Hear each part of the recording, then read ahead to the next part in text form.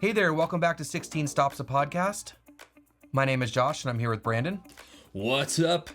And today in episode 14, we're going to talk about the two types of camera reviewers. All right, Brandon, first of all, 1,000 subs. So we are beyond grateful and so happy, and just want to thank everybody for the support.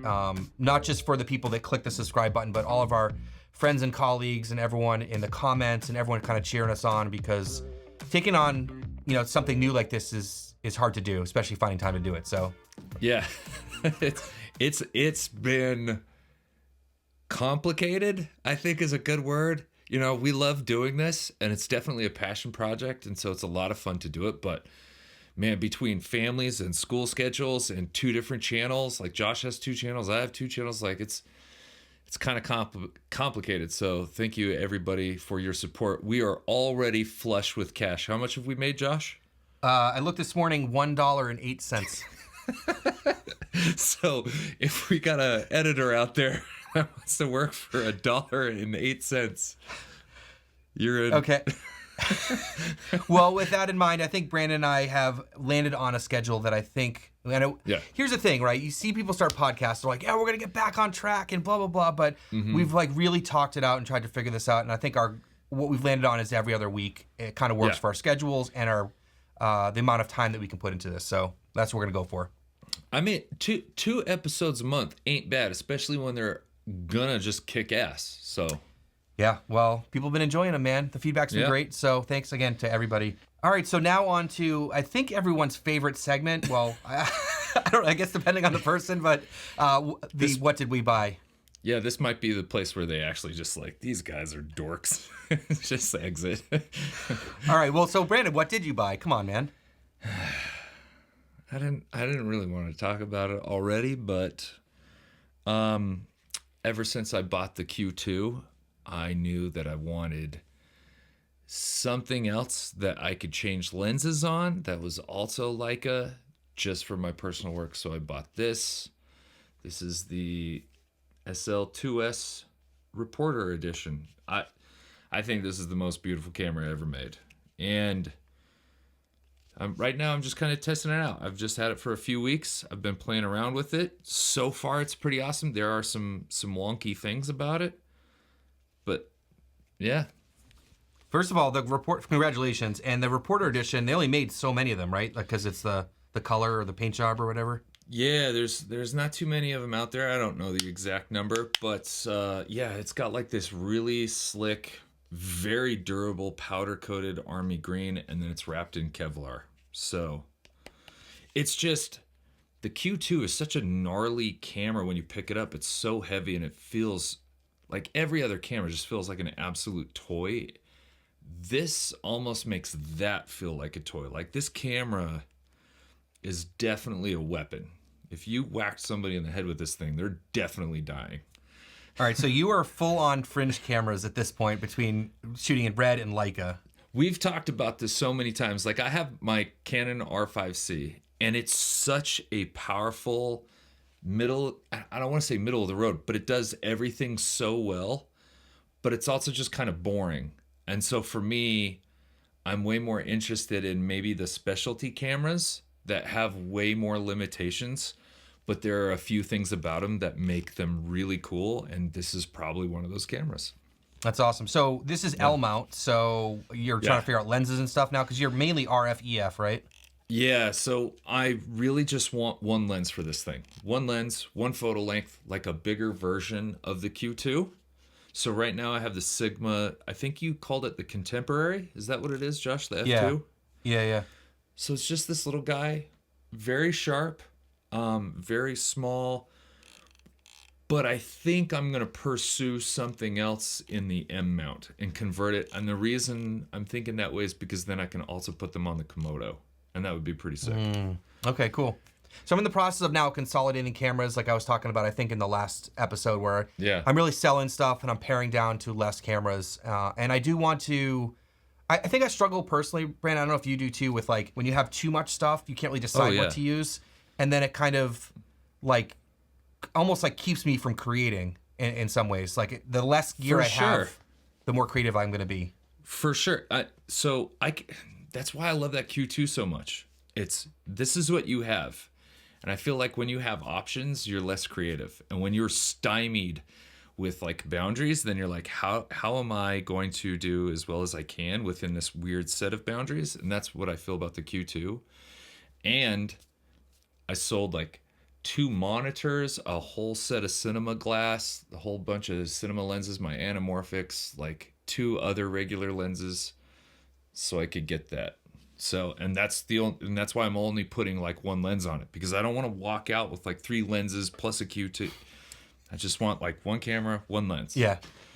And I've sold a bunch of stuff. I've sold a bunch of stuff, and I'm going also. I sold just another camera, and like I'm gonna sort of downgrade a lot of my stuff to try to limit the amount of gear that I have and not just carry so much stuff, because it's a lot of money and I just don't use it all. So. Yeah. Anyways, I know we sound like total dorks. We do. I have to say that most of the time my purchases are made because I'm selling other things, and that's how I finance them. Same. That's just my own world.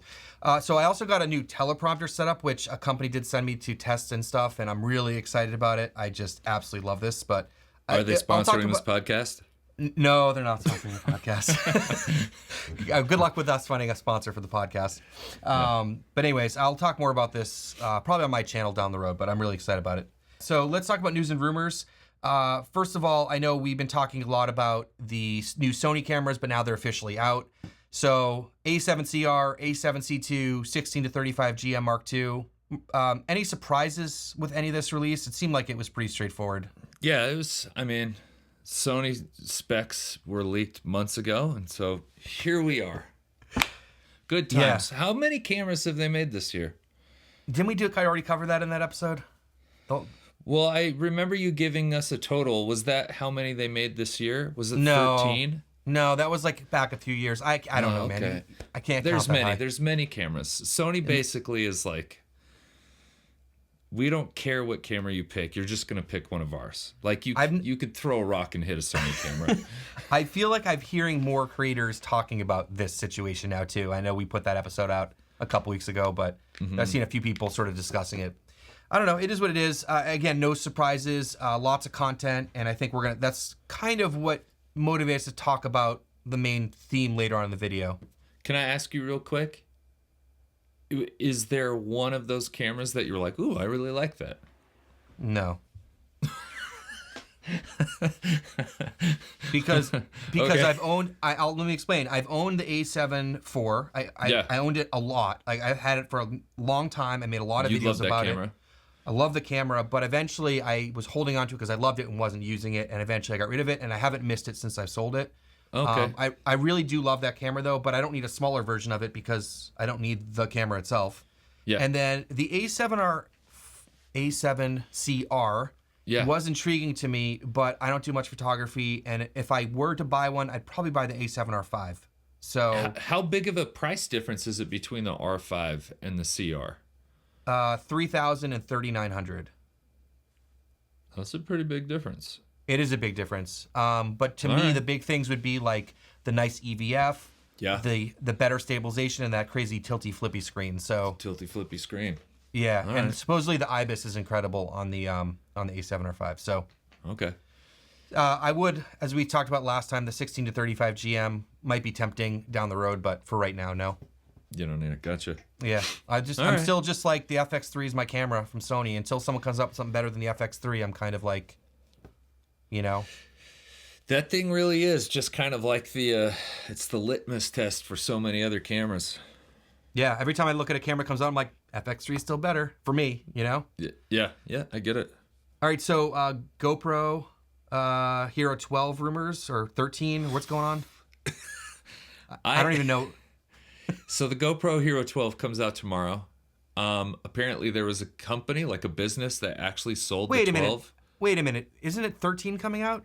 No, sure 12? The 12. I'm positive it's the 12, bro. I have no clue because, it's hard to keep track of that. Okay. So there's a really big creator. His name's Philip Scraba. I'm sure you've heard of him.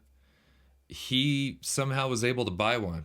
Just like some company sold it early, and so he got one.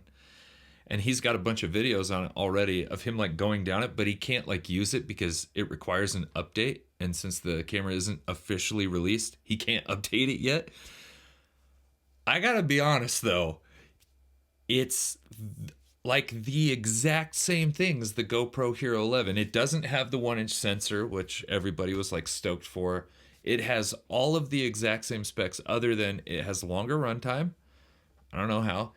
And it has like HDR photo and video. That's the only thing that looked different. I really feel like, did GoPro just change the body into recycled plastic rubber stuff and then give you a GoPro 11.1 update? I don't know, but this just seems like it could be GoPro's undoing. It's interesting. Well, I guess he's not breaking an NDA if he got sold the product. So yeah. He went and bought the thing. Yeah. It's not like I don't think GoPro sent him, and then he was like, I went and bought this, and I was just, because that would be super stupid. Right. Well, this episode won't come out till way after release, so it'll be interesting when people watch this. But yeah, I feel like that I can't keep track of the numbers because I'm like, I don't know, is the 11 better than the 10? Is the 12 better than the 11? You know, like.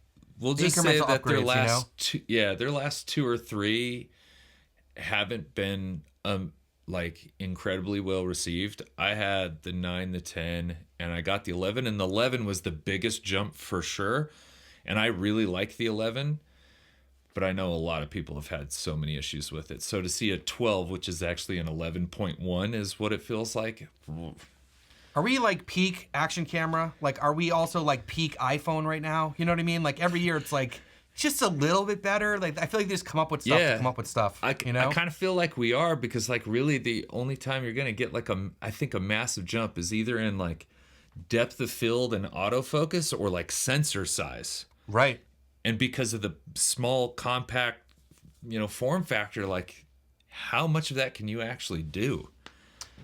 Including how much stabilization they have in those cameras too. So yeah. Okay. And then something new with aperture that you want to talk about?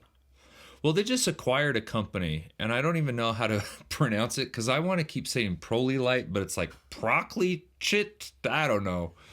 But anyway, it was like a big company that used a completely different like RGB type of, it's red, green, blue, aqua, cyan, and lime.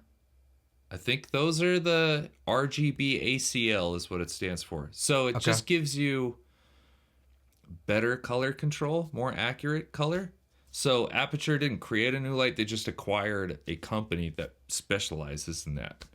So they just basically acquired some really cool products. Yeah. So they're basically acquiring that technology to implement. Exactly. Incorporate. Okay, cool. Cook came out with a set of lenses. This is beyond us, but the SP3 lenses. That set is a 25, 32, 50, 75, and 100 T2.4 for mirrorless cameras. So they're small lenses. They're teeny. $21,000 for the set. So, Yeah, I think part of that is the Cook name, like anything else. Yeah. But there's also a couple people that have run them already. They said they looked beautiful. They were investing into a set. So definitely Cook saying, hey, we've got like some up and coming. Like there's a new demographic. It's not just the hardcore cinematographer that can afford $80,000 lenses. So they're just making a new entry point into their line, which is cool.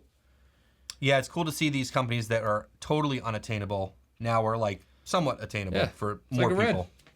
Yeah, it's sort of. It's $5,000 a lens, $4,000 a lens. I mean, it was $6,000 for a camera. Yeah, I know. All right, but it's cool. Maybe we'll see $1,500 lenses next year. Hey.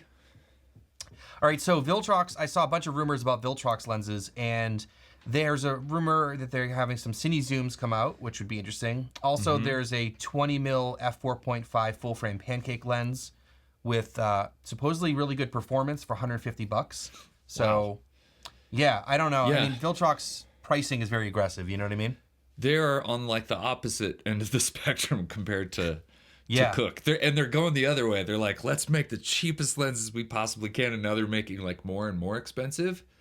But that being said, they're still crazy affordable compared to the bang for the buck that you get. Yeah, but I think now they have those fancy anamorphic lenses too. Yeah, I forgot about those.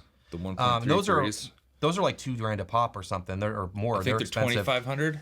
So they're definitely playing in that world. And the rumor I heard is they're coming out with a lab series, and This is supposed to be something like the Otis line, which like super high quality performance.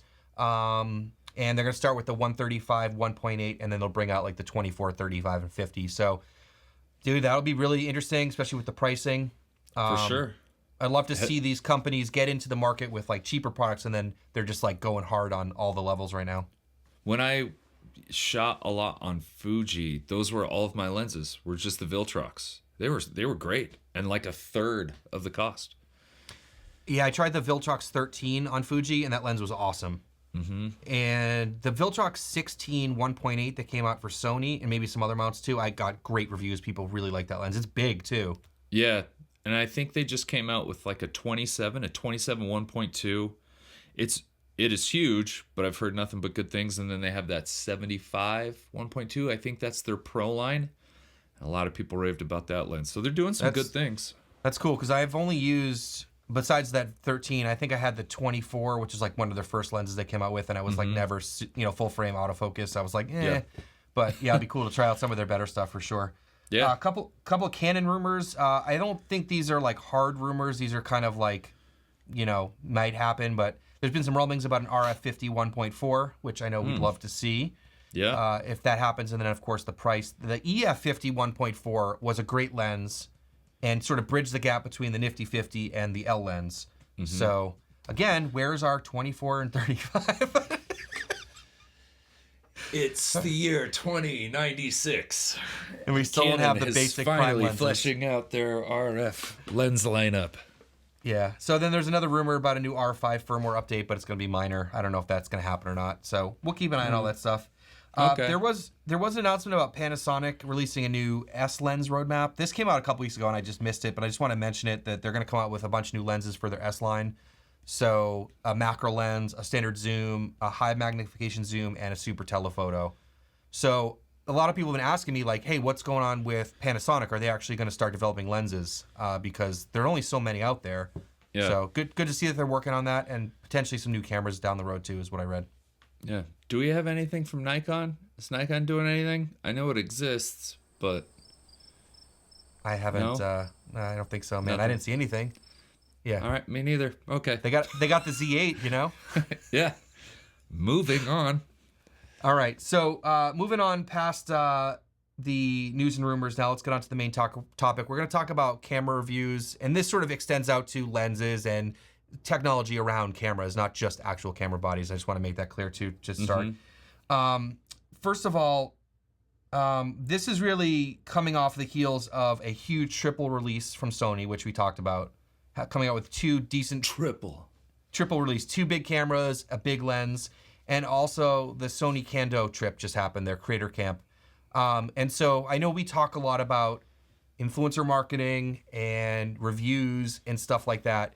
I didn't get to go to Kando, was invited, and Brandon, you weren't either, but I think it's really interesting to see what comes out of it. And from everyone I've heard that has gone to that, it's just a really cool event. You get to hang out with a lot of creators.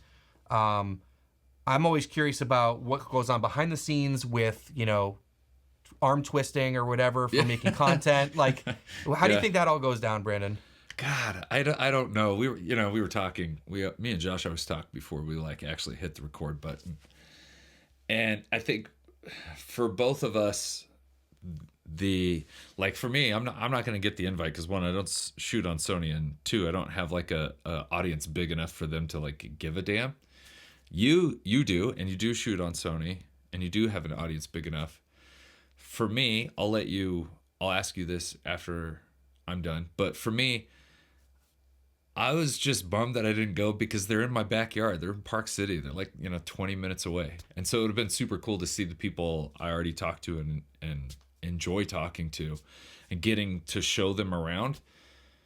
I don't really care about the cameras or the lens. What about you? Were you kind of I didn't get on the list or what? Well, I mean, I've been kind of taking the approach where I'm kind of not trying to rely on companies very much for my channel, and we're going to get more into that later on because that definitely has an impact on how you create reviews and what you talk about and all that sort of stuff.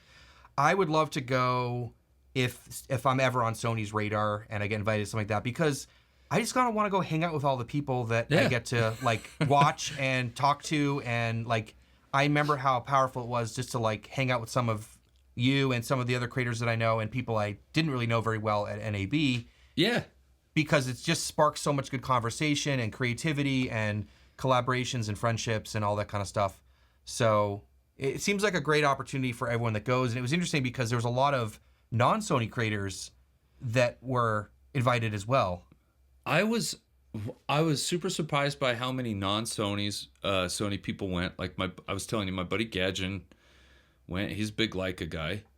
But also the sheer amount of creators that went. I thought it was like a 20 to 30 people thing, and I've heard there were hundreds there. I was like, what the shiz? Yeah, I think about how much money they spent on that. That's what goes through my brain. Yeah. And back to our discussion about, can we just cool it with the marketing and spend more on R&D so we get cooler cameras? I would take that. Yeah.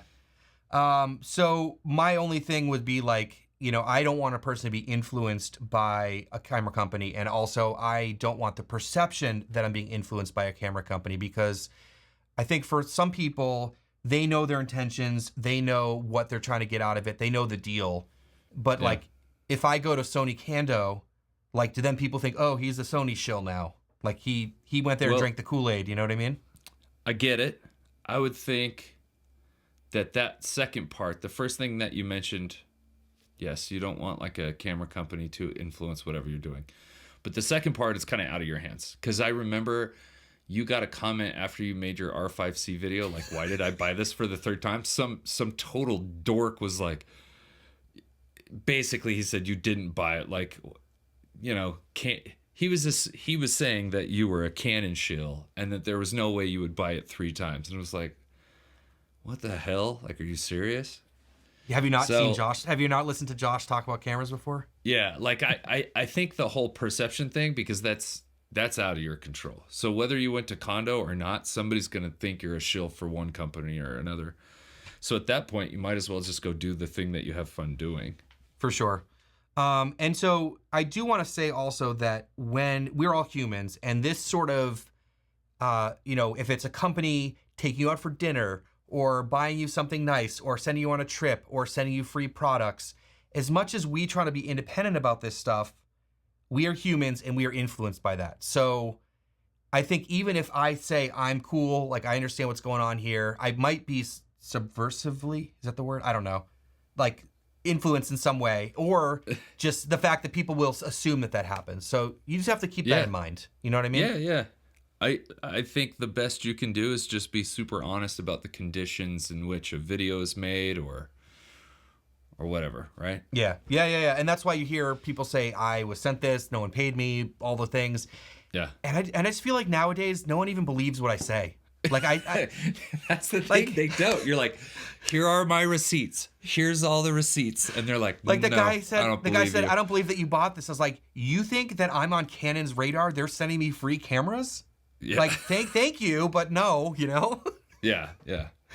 Okay, so I know we talk a lot about Sony marketing a lot because it's really influencing a lot of what we see on YouTube, how reviews are made, and also how people are experiencing their views and talking and having feedback about it. And we get some of that feedback that's resulted from a lot of the Sony marketing and people, how they feel about that and everything. So first of all, what is a review? Because I think this is one of those words like clickbait that people don't really understand what a review is. And like people use the term review all the time. And so I actually Googled it because I was like, I don't know the definition of a review. And the definition I found was it should provide a valuable, solid, informative, critical summary of a product. Okay. So I don't know if that's true or not, but that's the one I liked. Yeah, I like it. Given that definition, Josh, is it possible to do a sponsored review? So this is a fantastic question. And did I jump ahead or is that okay? Yeah, it's fine. We'll talk about it now. It was definitely something I wanted to talk about. So we see these videos, they're sponsored reviews or they are dedicated videos. I forget the lingo that the company's like, oh, can you make a dedicated video? We'll pay you so much money and we'll send you the product. And I've been offered those and I turned them down. And so I it's interesting because I watched some of those videos and they're like, this video is sponsored by GoPro, and they're talking about the new GoPro 11 or 12 or 15 or whatever number we're on. I guess I'm like you with the Sony numbers. Yeah. Who would have thought GoPro was so linear and Josh can't handle it? But all the other crap Josh gives me such a hard time for. But I watch these videos and they're like, this video is sponsored by Insta360. And then I'm like, okay, well, like, is this can't be a review if you're paid from the company. Like, why would you get paid from a company and then give your honest opinion about it? Like, if there's anything negative about it, like, even if there wasn't, like, I'm like, I can't really believe this dude because he's paid by GoPro or Insta360 or whatever. So I don't know. I don't think you can call those reviews. I don't know what you call those though. Yeah, it'd be tough to do. Like, one, is there like a legal precedent for a paid review that something, like sparks my spider senses that's like, no, you couldn't do that. But I'm wondering if you could do like a sponsored, like, overview. You know what I mean? Yeah. Where product it's just experience. like, this is my experience. This is how you use, or like this is how you use the thing. But I'm not going to say whether or not it's great or it's bad. It's just, this is the thing. Here's how to use the thing.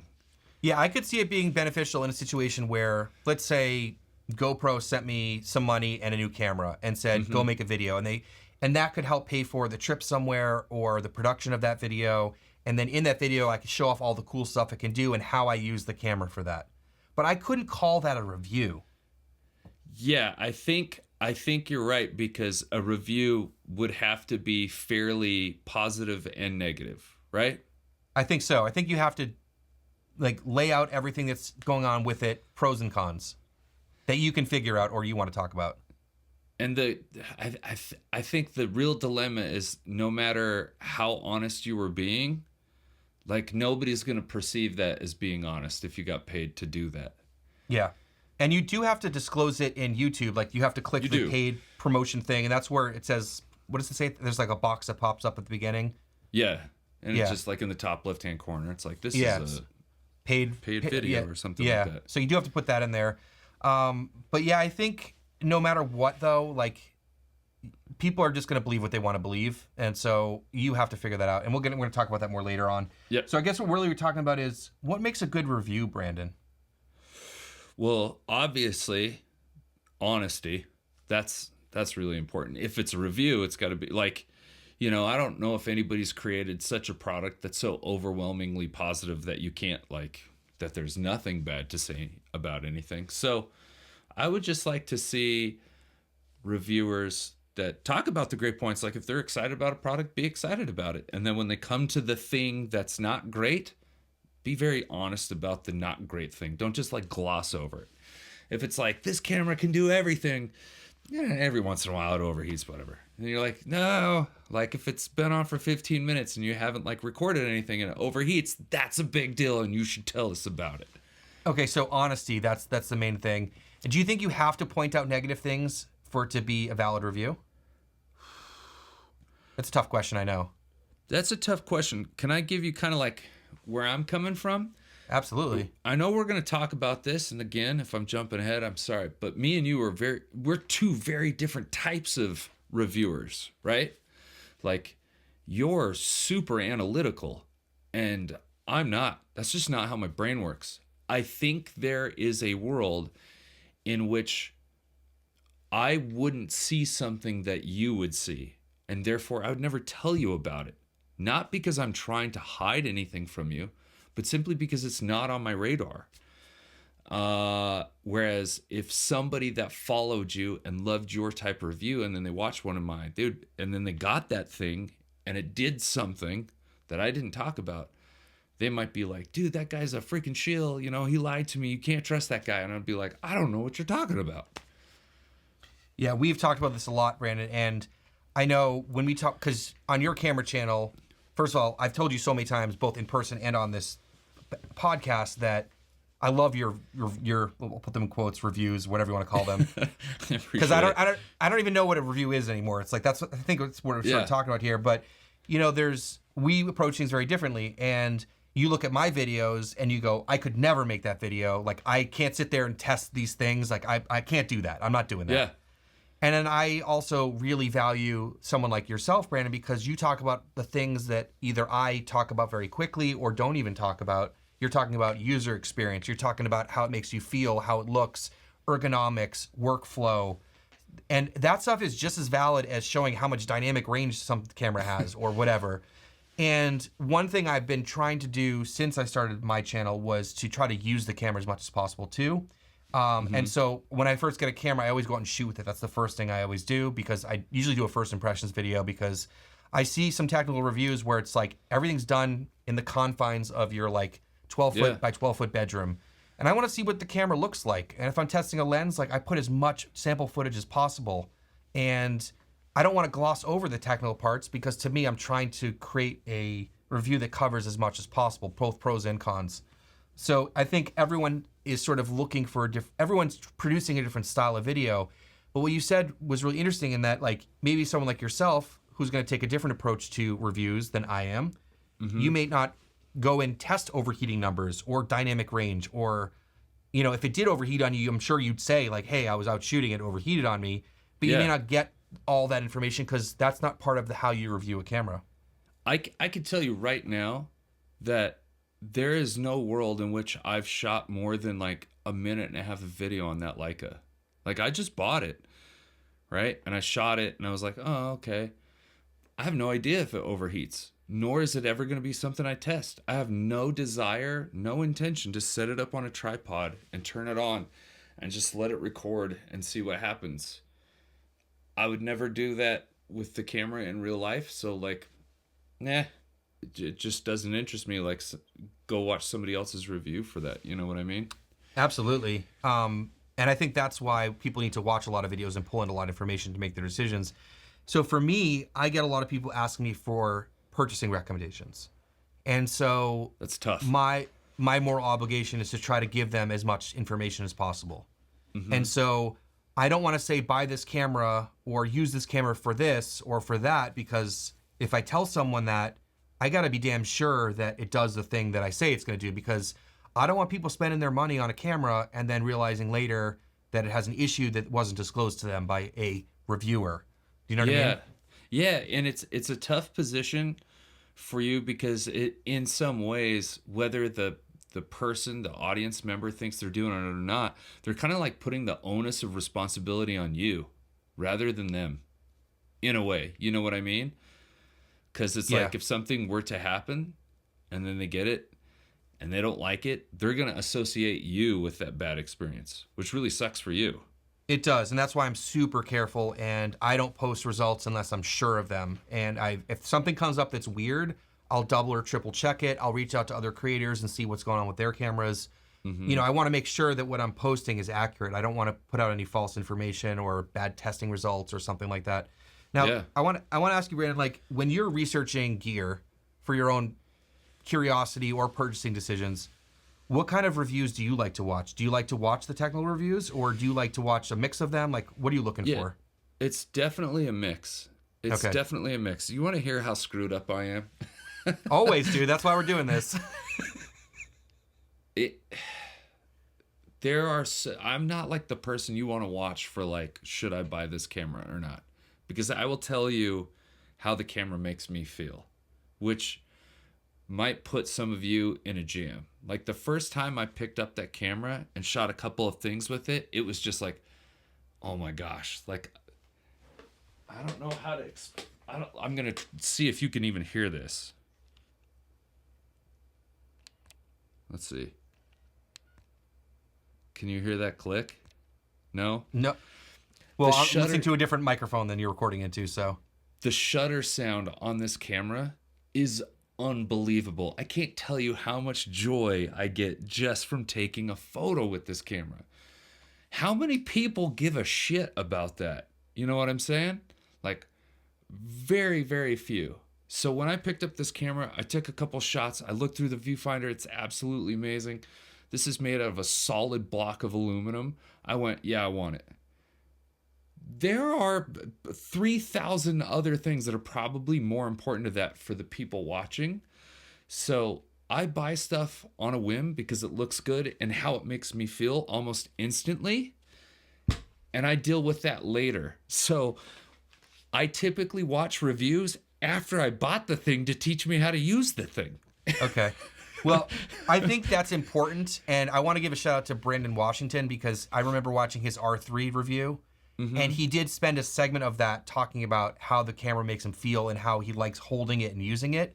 Because I don't hear a lot of people talking about that. And the longer that I shoot with cameras and review them and use them as tools for creativity and for work and everything, the more important that's becoming to me personally. Before I was like, specs, this and that. I'm like, how does it feel in your hands? What's the workflow like? Are the menus, is like the way the camera's set up, does it make sense?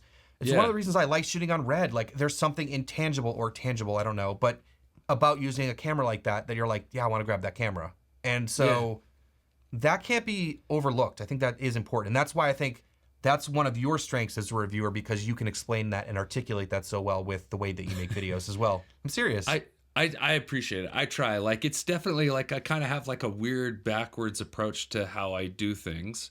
But I definitely knew like the basic specs of the camera. Like it can shoot video, it shoots 4K, it shoots, it's got like a certain amount of megapixel sensor. I think it's like 27. I don't know. But that didn't really matter to me. I went like, what actually matters? And then when I got it, I was like, okay, now I want to deep dive this camera a little bit more, just in case like I want to make a video on it. I want to make sure that I can relay that information to people, whether it's important to me or not. Like it's still probably important to somebody. So I gotta like dive into it a little bit, but you'll never see me do like a camera overheating test, that type of thing. But I watch both the Josh Satins and the Josh Yos. Yeah, I do too. And so I think for you though, like we'll have a conversation about a camera because or you'll watch some videos because there's certain aspects of a camera that if it doesn't do this, you can't buy it. You know what I mean? So you need to get down to some of those basics. I totally hear that. And I want to talk about my experience reviewing cameras in a more analytical approach. And we actually talked about making this a full video, but I don't know if it would equate to a full video. One thing that I struggle with as a technical camera reviewer is it's kind of my job to find everything that's wrong in a camera. That's kind of what you're trying to do. You're trying to see, are the specs as good as they say? Is this thing better or worse than this thing? And so in that process, I go through and find everything wrong with a camera. And by the time I'm done, I almost hate the camera because I know everything that's wrong with it. It's funny and it's sad at the same time. And I didn't realize this until I started doing this for a while. And then I got a new camera and Brandon's like, you're going to review that? I was like, I don't want to review it because I love it right now. It's perfect right now. Like, I don't want to go through and find all the intricacies and problems with the camera. Yeah. So it's something I've been struggling with. And I don't think there's any way around it because for me to make my technical, honest, balanced review, like I want to let everyone know what's wrong with the camera. That's, it says it does that, but not really. You know what I mean? Yeah. You're in a pickle, Josh. You're in a pickle. Yeah, and I think if you are just doing technical analytical work, like that's your job to review cameras. But like I also shoot stuff with it. I have client work. I try to be creative sometimes with my gear. And so for me, I'm like, I don't want that camera. It's a little noisy in the shadows. And this thing like the low light. And then this thing like the autofocus. And then, it's like, you got what I'm saying. Yeah, for sure. 100%. I just feel bad because like I'm probably overly optimistic about all the stuff I have. Like I have a real hard time like finding things that are wrong with the camera. Like I promise you, there's so many things that just aren't great about this camera. Yeah. But I just don't see them. And you're kind of on the other side. You dive in so deep that like you're kind of like, what's good about that camera? And it's just I feel bad. It's like you got to find something that like is just kind of yours that you don't have to review, that you can go shoot. And maybe that's the Reds that you're talking about. But that's the Reds right now. And so a lot of people are like, "Hey, will you test this camera, the Red versus the FX3, or will you?" I'm like, I don't want to test the Red. I just want to use it. I just love it right now. I haven't like gone in there and figured out all the mistakes and issues in the camera. So. Yeah, don't do it, Josh. Don't do it. At least I talked about this, and I don't know if I've never heard anyone else talk about this before, so I don't know how many people dive that deeply into cameras either. You know what I mean? Do you think Gerald Undone feels the same way? Do you think he's just like, I don't know, just all mopey about cameras? Let's get Gerald on here to talk about it. That'd be great. Gerald, if you ever watch this, if you want to come on and talk about your reviewing process, and how it's just hardened you over the years, please let us know. All right, so I want to pivot a little bit to, and actually this came up because, this is actually a good segue, because during a live stream, someone actually started commenting about Gerald, and was sort of coming after him about, I think it was like the overheating in the A6700, which he didn't get results that jived with everybody else, and so people were like upset because, you know, Gerald is at the standard that he holds himself to and everyone else holds him to in terms of getting the most accurate information out there. Mm-hmm. And someone said, can you trust Gerald? And I'm like, I don't know, can you trust Gerald? And I don't mean Gerald. Gerald is just a creator, not specifically Gerald. But like, can you trust creator X or creator Y? You know, and I think the audience really needs to take some responsibility and do some homework here. I 100% agree. I'm not like trying to bash on him, but like, listen, this is thousands of dollars of your money. Like, be an adult, do your homework. Like, if we're going to complain about how many reviews just came out on the Sony A7C Mark II. You got it right, dude. Nice job. Yes, GoPro 14. Like, there's enough videos out there that you can probably get. Well, now I say this and I'm like, wait a second, but are all of those reviews honest? And I'm like, crap, I don't know. I'm just saying there's enough content out there that you can probably find all of the information that you're looking for on a certain thing. And if that's the case, like, you can't just watch somebody's thing and be like, I bought this because they say it bought it and it doesn't work like I thought it would. And they're responsible. Like, grow up. Yeah, and so with that, yes, there's a lot of people making reviews on these products. And some products I even go to look and do research on, and maybe it's a pretty niche product. There's only like one dude that reviewed it. So it's like, there's that situation. Yeah. But for a lot of these products, there's a lot of creators out there reviewing it. And so what I mean by do your homework is watch a lot of reviews, try to sort of gauge everyone that's going on, and then basically down the road, you'll go, okay, well, I'm going to watch Brandon's videos for user experience. Maybe I watch Josh's videos for all the technical information. I trust those opinions about those things in those ways. And then you watch a bunch of reviews because, frankly, most people watching these aren't even buying cameras. They're just watching camera reviews because we're all nerds and we love this stuff. Yeah. And you'll watch a bunch of these, and then maybe you do buy a camera, and it was exactly like the guy reviewed it. And then you go, okay, well, clearly this guy's review jives with how the camera is. I should trust this guy. Mm-hmm. So you have to figure out who's reliable and who's not reliable. Yeah. Yeah. I mean, there's so many of us out there. There's a lot of different people to choose from, right? So it's not like Sony owns all of the reviewers and there's only 5 of them and you only get to choose those 5 reviewers. So right. And like anything, you should do your homework before you spend thousands of dollars. Or do no homework at all and spend thousands of dollars. Don't listen to Brandon here. Do your research before you waste your money. So one thing I do want to talk about are, like you said, are these reviewers honest, or can you trust these reviewers? And that's sort of what we're talking about here. Now, I do believe that there are a lot of reviews where people leave out the negative things about a product because if they have a review that's overly positive, they will most likely be contacted or continue to get to work with that company. Mm-hmm. Do you believe that that's true? Yeah, for sure. Okay. Abso-freaking-lutely. Okay. I know firsthand, I'm not going to name the brand. I know firsthand that I was a little bit too honest with something, and they were just like, we're just going to pass next year when we come out with the new thing. And I was like, all right. I think that happens with me even like at my stage. Like someone will send me something and I put out an honest review and I'm like, I said afterwards, you know, because they don't see the video before I post it. I always say that, and it's true. And I send them the video and they're like, thanks. I'm like, you want me to test anything out? They're like, nope. I've had it, and it's funny because it's not just like main channel. I've had it with both channels. So on main channel, I've had a company be like, no, we're good. And on the camera channel, same thing. So I also feel bad for a lot of these creators that are sort of stuck in this trap because now they're relying on the income from the videos that they're making. And so if they don't get the next product from that company, then they can't make the review on it and they can't make money. So they're just this cycle of like overly positive videos. Do you, this This is going to be one of those questions. Do you think that is the environment that is the condo trip?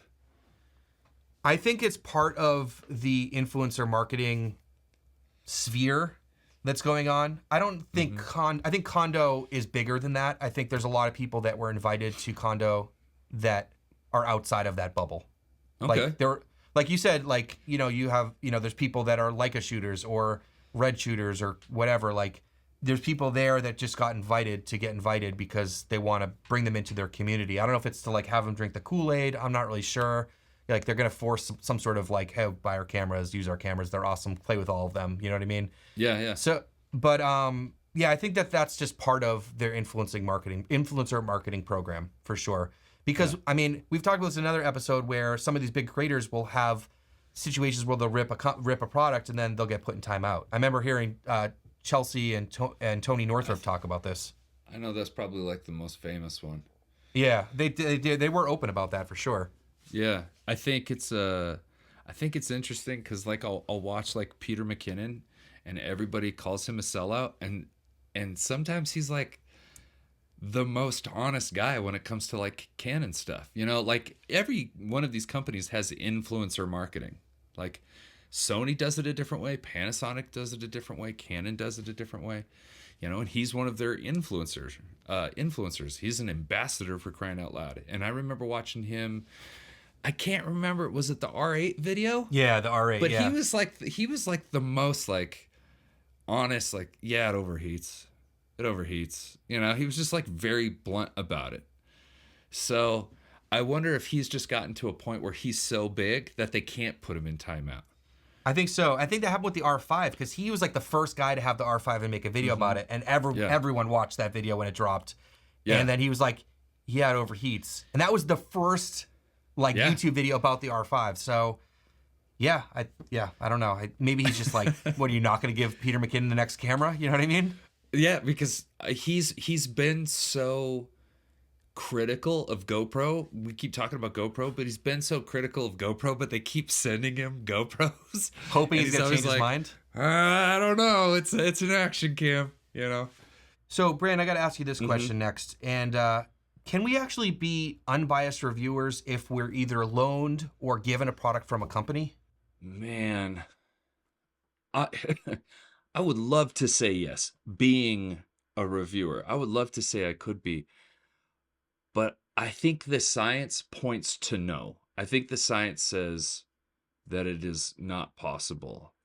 I mean, I would love to say yes, but I think subconsciously on any level, if GoPro gave me a camera and they were like, "Hey, say whatever you want to say about this," I don't know if I would, because maybe in the back of my mind I was like, "This is really cool. I just got like a free camera. I got a GoPro.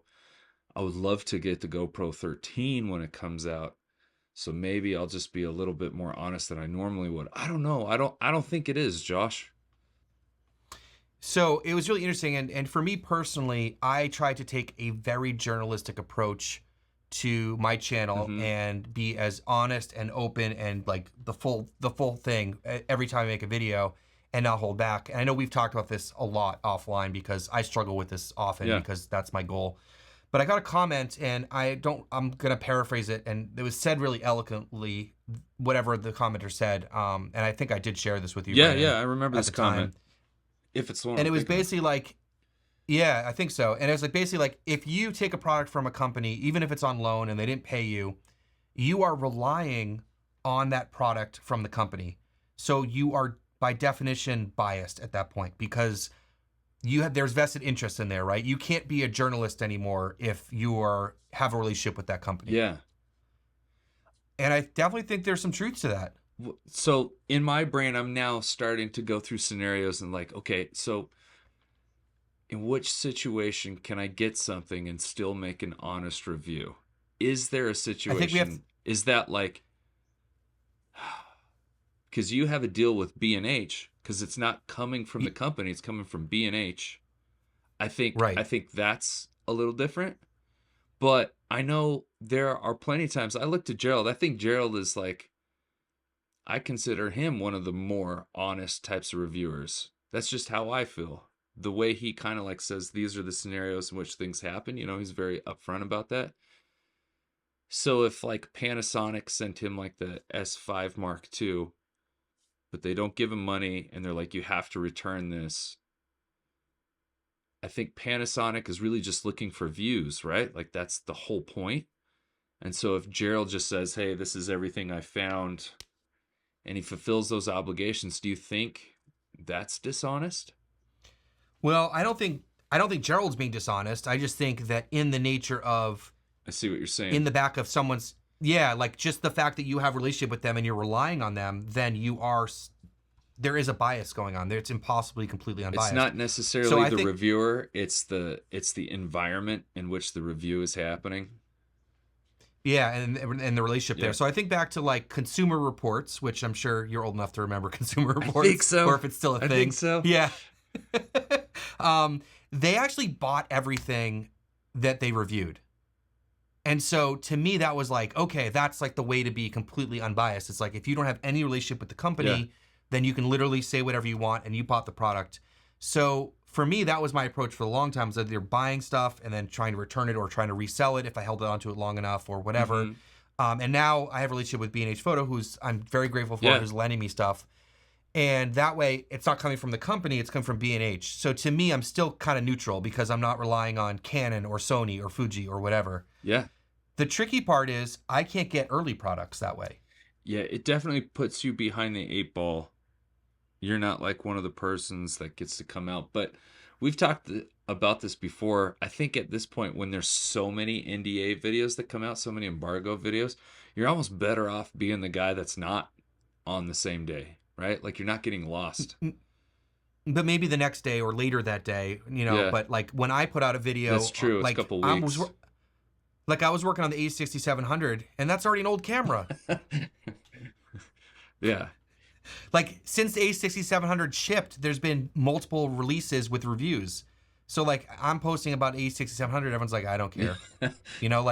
Yeah. And that's just part of Sony's like release cycle as well. And that's, I'm not here to just complain about all that. It's just the reality of being a reviewer and trying to maintain that status and those opportunities and stuff. So let me ask you another question. Are there any independent reviewers still out there?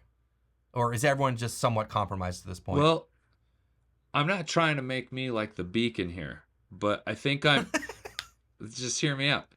I don't have an affiliation with any camera people. I've bought everything myself, and that's because I have a main channel. The camera channel is purely like my creative outlet, and so I can kind of say whatever I want to say about any of these things.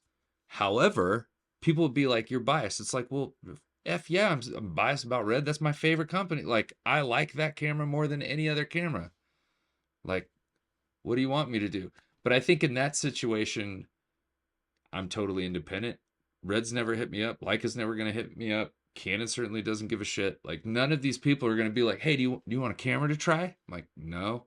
I mean, yes, I would say yes, now that I think about it. But nobody's ever going to do that. So for the time being, everything that I make about like a specific camera or a specific product is honest because it has nothing to do with how I actually make money on YouTube. Yeah, so I've taken that a step further for my channel, as I said, trying to take that journalistic approach, that unbiased reviews position. Mm-hmm.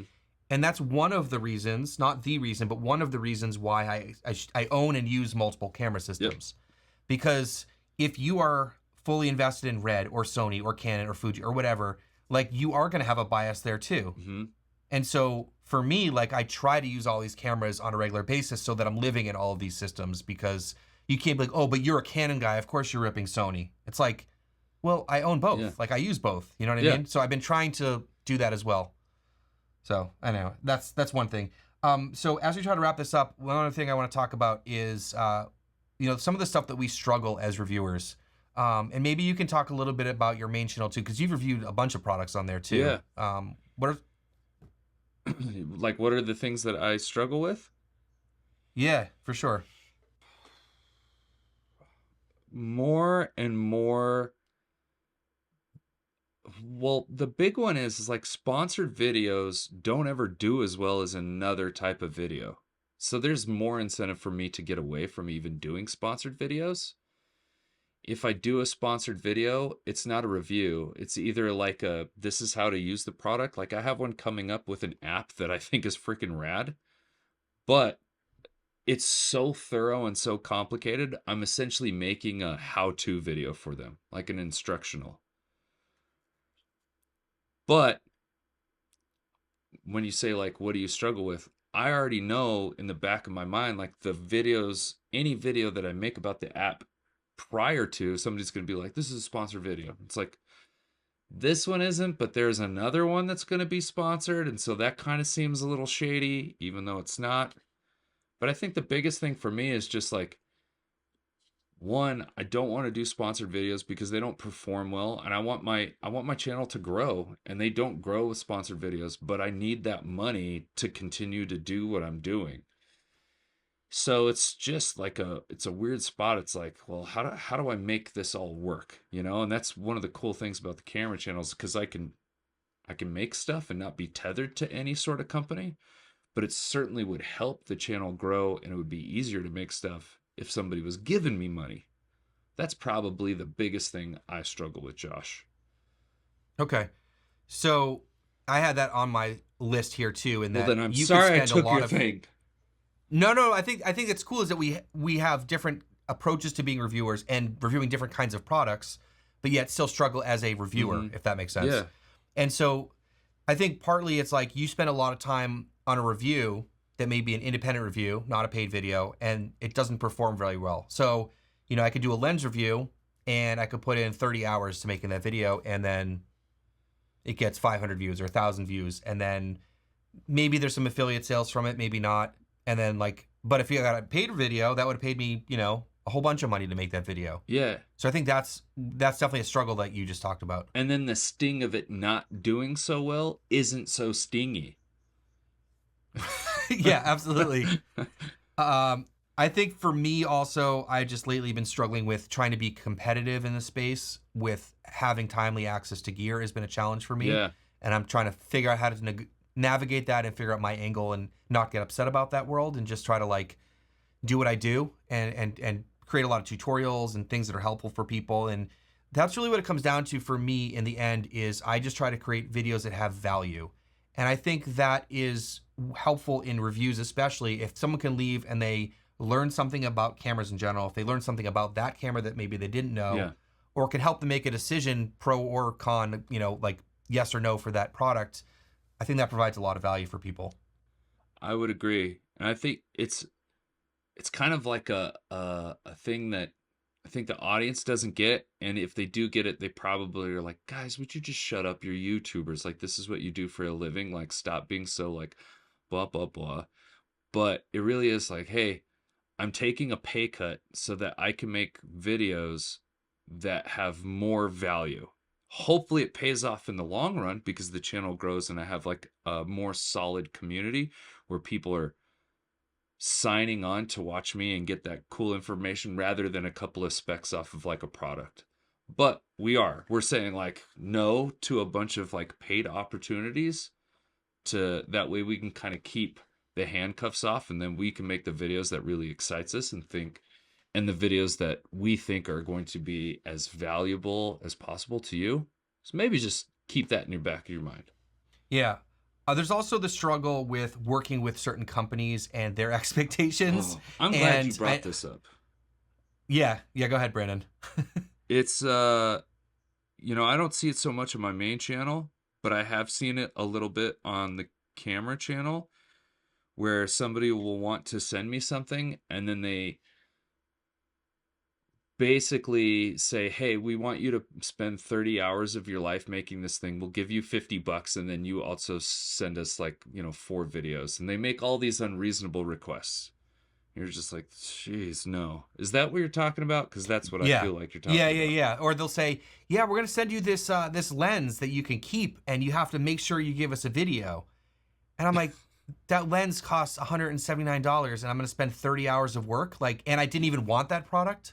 So, but if you don't take that one, the one that they offer that you really, really like, you're never going to get. There's that for sure. And then I've gone down that route where I'm like, all right, I'll do the video on the thing that I don't love, but I just want to like build a relationship with them, you know?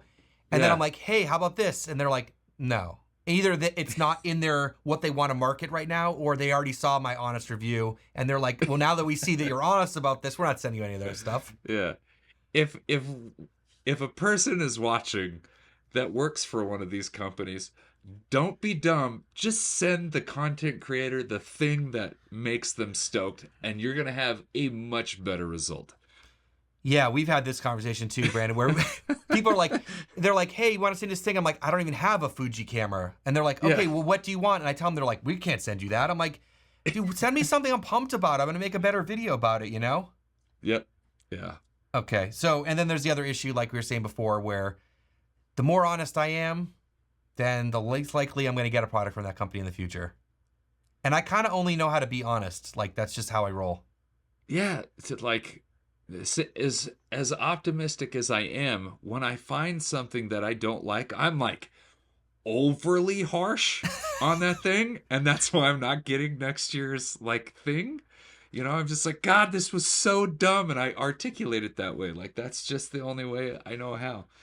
But maybe these are really superficial things to the audience, but this is a conversation between me and Josh. And these are the things that we just are like, do you think that other people struggle with this as much as we do? Like, I feel like there's some people who just don't. They're just like, whatever, I'm making the video. I'm gonna take the paid video.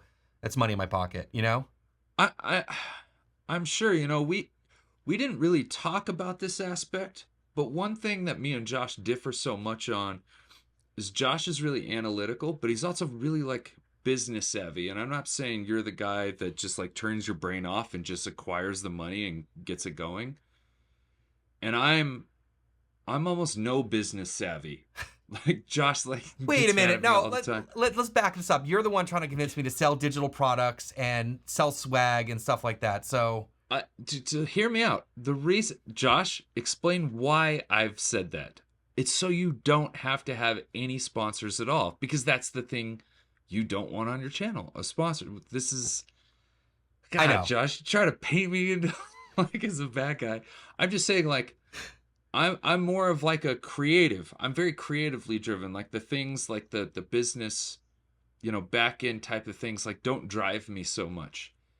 I'm sure that there are people that are just like, they just look at the numbers, right? They're like, this works, this works, this works, this drives the channel, this is how much it costs, blah, blah, blah, blah, blah. And they just go. Maybe like unbox therapy or something. All right. Well, I think that's a whole nother can of worms to jump into, and we are obviously been babbling for quite a while. So if everyone can let us know what you guys are looking for in reviews, or, you know, things that you like or don't like, or tell us we're crazy about all the stuff, let us know down below. Yes, I want to know who your favorite reviewer is. That way I can watch them and see what they do so well. And then I want to know what you guys just want to see changed in the review space on YouTube. That would be awesome. Put that in the comments. Because there's been a lot of criticism about the state of the camera industry. And also, I do want to mention before we hop off that I get a lot of that negativity thrown at me for people that may have found my video for the first time. They're like, you're a YouTuber. Of course you do this and you do that. I'm like, whoa, whoa, whoa. Like, you don't know me or my background or whatever. Yeah. So there's a lot of negativity and criticism about YouTube reviews and those sorts of things. So do your homework, like learn about the creators. You know what I mean? Spend a little bit of time before you start throwing all the nasty comments around. Yeah. All right, guys. Well, thanks again for watching. Brandon and I are having a blast, and we will see you real soon. Peace.